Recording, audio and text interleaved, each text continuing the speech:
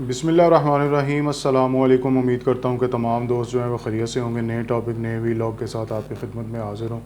आज का टॉपिक इमरान खान साहब का 9 मई के हवाले से इतराफ़ और सलमान अकरम, राजा असद कैसर और बाबर अवान की जो है वो तरदीद और डिजिटल दहशत गर्दों के ख़िलाफ़ जो है वो हुकूमत ने लंगोटा कस लिया है।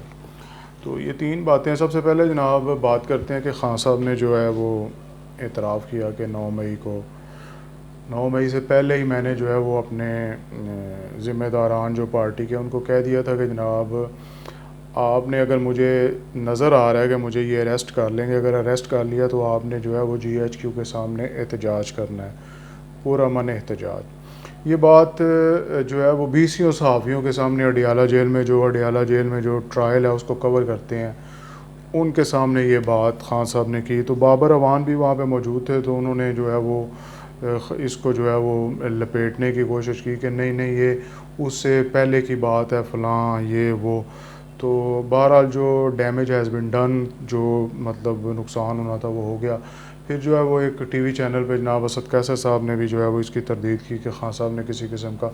तो आज सलमान अकरम राजा साहब ने भी जो है वो कहा है कि खान साहब ने ऐसी कोई बात जो है वो नहीं की, बल्कि ये एक लग़व बात है।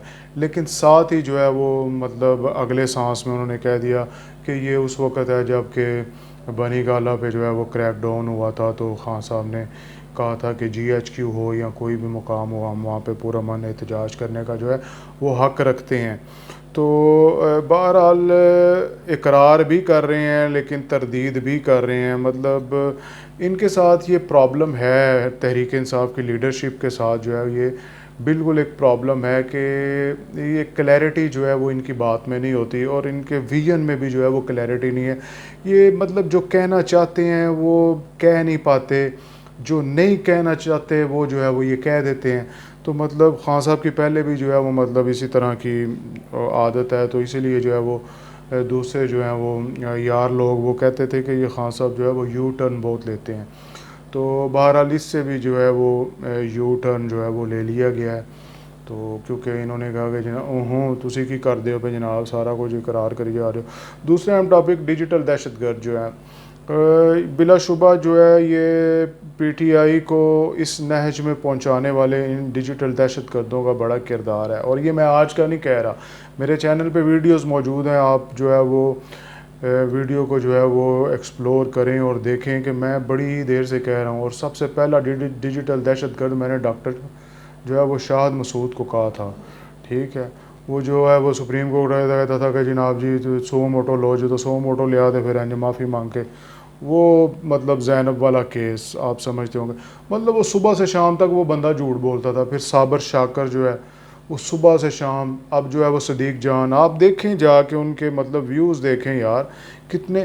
तो ये कौम जो है वो झूठ सुनना चाहती है, ये जो है वो मतलब प्रोपेगेंडा जो है वो सुनना चाहती है।